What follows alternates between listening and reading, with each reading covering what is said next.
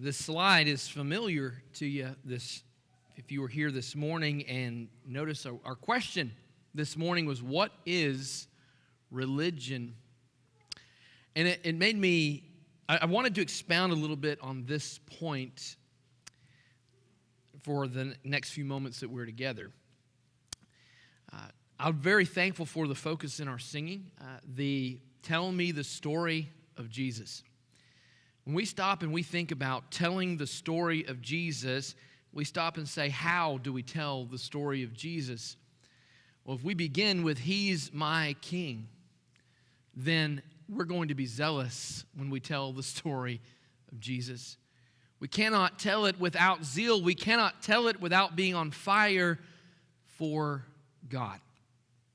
But I mentioned this idea of when we ask what is religion, that there are three different words defining the word for worship, and religion is one of them, or the word that is translated as religion can also be translated as worship, depending on the context and the usage.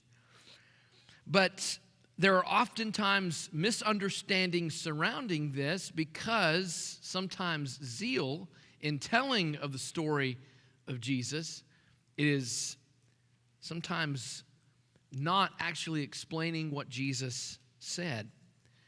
So it's very important. Let's go to Romans chapter 10 and verse 1 beginning. It's important that we understand how to tell the story of Jesus. In verse 1 it says, "Brothers, my heart's desire," Paul says, "and prayer to God for Israel is that they may be saved.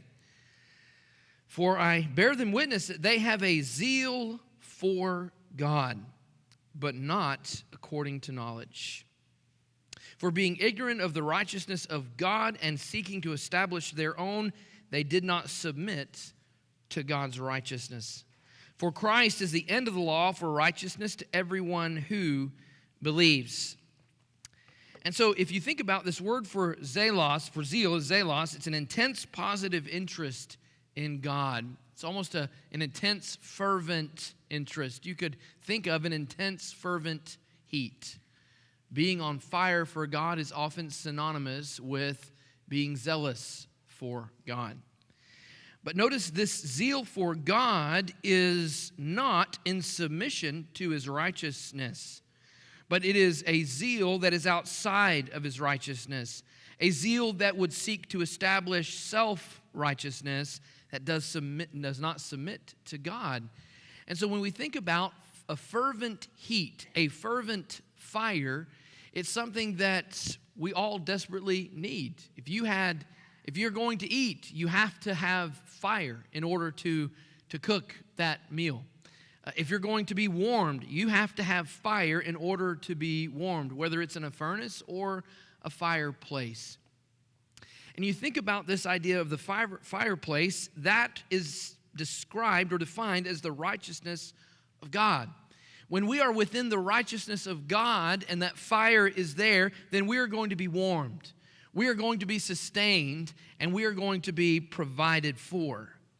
But when that fire gets outside of the fireplace, it just takes one spark.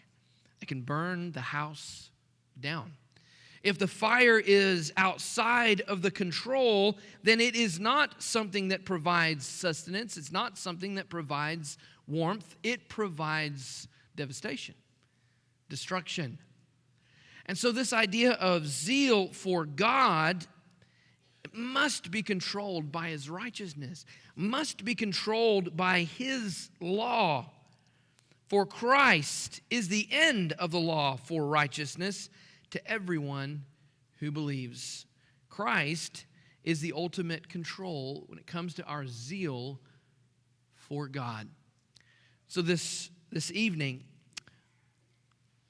where do you find yourself within Christ? If you're within the control of His righteousness, then you're going to be taken care of. You're going to be nourished. You're going to be provided for. But if you're outside of that control, then that's only destruction. Jesus came in order for us to have the life of this for all eternity. Jesus came in order for us to be sustained. And I love what Jeff said in his focus of the Lord's Supper, that it's not just for our salvation for all eternity, but also so that we can live day to day depending upon God. And that's something that we focus on, making sure that we're relying on Him, relying on Christ. So as we proclaim that He is our King, as we strive to uphold His truth, may we have a zeal, but according to His word. A zeal according to His righteousness. May we live according to His righteousness, and we will build up rather than tear down. We will be built up rather than torn down. This evening, do you find yourself within His righteousness? Galatians 3 and verse 27 tells us that those who have been baptized into Christ have put on Christ. This evening, have you put on Christ? Are you found within His righteousness, within His control, or are you found outside of it?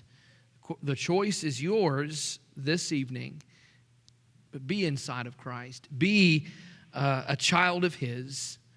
And if you are a child of His and you're not encouraged, can we encourage you? Can we pray for you? Whatever your need is, please respond now while together we stand and as we sing.